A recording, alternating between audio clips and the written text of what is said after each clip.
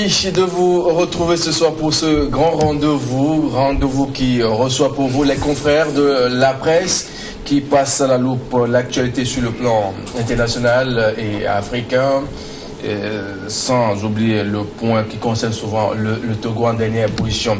Et sur ce plateau, ce soir, nous avons Germain Pouli, il est le directeur de publication du journal Le Réveil. Germain, bonsoir. Bonsoir Mathieu. Merci d'être là. Merci pour l'invitation. Sylvestre Béni, lui, il est le directeur de publication du journal La Manchette. Sylvestre, bonsoir. Oui, bonsoir Mathieu, bonsoir à tous ceux qui nous suivent. Marc Aboflan sur le même plateau, directeur de publication du journal Faits et Chiffres, administrateur, c'est ça, du site d'information Élite d'Afrique. Bonsoir. Bonsoir Mathieu, bonsoir aux fidèles téléspectateurs de New York TV. Nous ouvrons ce grand rendez-vous ce soir de regard croisé par le Gabon. Gabon, le nouveau gouvernement prête serment devant Ali Bongo, rentré à Libreville. Germain Pouli, comment vous trouvez l'initiative? Je crois que c'était bien qu'Ali Bongo rentre, parce que les Gabonais ne se contentaient plus donc, de la communication faite par le gouvernement autour de son état de santé.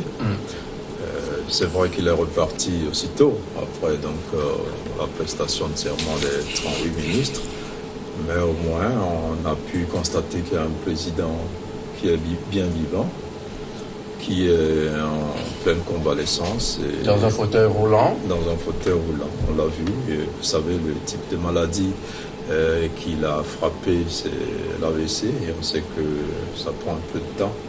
Et encore que, avec tous les moyens dont dispose un chef de l'État, sa réhabilitation a été un peu plus rapide.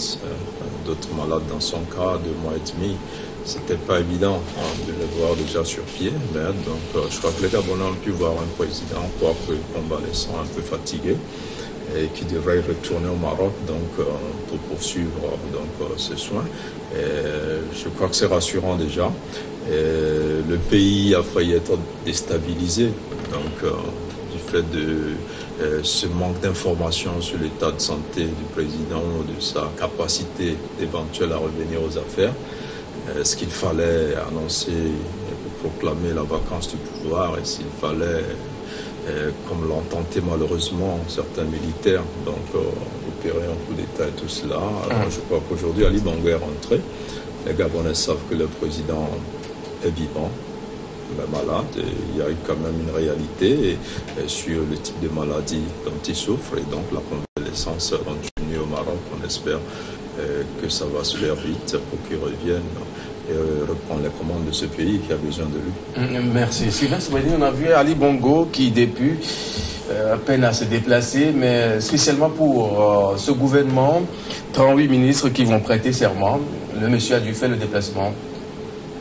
Oui, je crois que moi je vais plutôt analyser du moins cette sortie-là d'Ali Bongo sous 2 volets. Le premier élément, c'est que maintenant tout le monde sait que le président gabonais est vivant, parce qu'il y a tellement eu de rumeurs, de supputation sur ce qui s'est passé.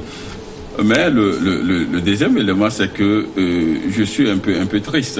Je suis un peu triste, un peu peiné de voir Ali Bongo dans un fauteuil roulant.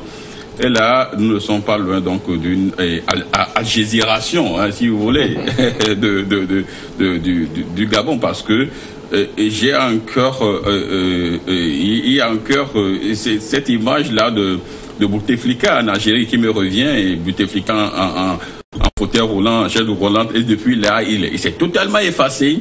Ce sont du moins l'armée qui dirige presque le pays, et nous allons presque dans le même schéma. Vous avez vu que aussitôt après la prestation de serment de ces ministres, il est encore retourné au Maroc.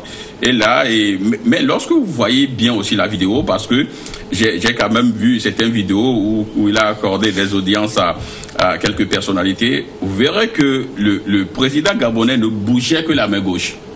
Et là, lorsque vous regardez également la vidéo, quand il a quand même en fin d'année, il a comment dirais-je le discours, son adresse à la nation, le discours à la nation, vous verrez également qu'il ne bougeait que la main là. Donc aujourd'hui, lorsque vous analysez bien ces deux vidéos, il me semble que le président gabonais n'a plus ses facultés au niveau donc du côté droit.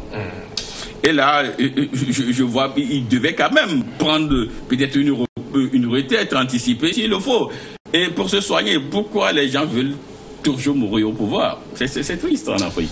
Marc Abouflan, on voit Ali Bongo vient spécialement pour la prestation de serment et qui retourne finalement à Rabat, ce qui veut dire que les soins médicaux continuent toujours.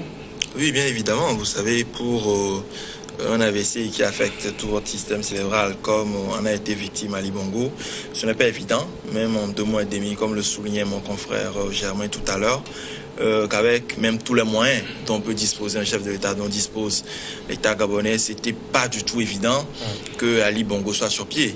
Mais cette sortie, quoique brève, a pour mérite de mettre fin à toutes ces supputations-là, parce que même les meilleurs analystes, à un moment donné, pensaient que Ali Bongo avait passé trépas. Et donc aujourd'hui, c'est un fait, nous tous nous sommes rassurés sur le fait que Ali Bongo est bel et bien vivant. Le second aspect de cette chose-là, c'est que malgré tout ce qu'on peut dire, moi, vous savez, avec tous les chassés croisés qu'on peut avoir dans une vidéo, on peut voir la main gauche alors en réalité qu'il s'agit de la main droite. On peut aussi voir la main droite alors qu'il s'agit en réalité de la main gauche. Je ne voudrais pas entrer sur ça, mais ce que je pense pertinemment aujourd'hui, c'est que le fait que Ali Bongo ait assisté à cette cérémonie donc de prestation de serment prouve qu'il a toutes ses capacités, qu'il peut encore, en tout cas pour un moment, gérer l'État, même s'il est convalescent. Maintenant, il y a peut-être matière à s'interroger sur le fond. 38 ministres pour un pays, un petit pays comme le Gabon. On va y revenir dans un instant. Le temps pour nous de marquer la toute première pause.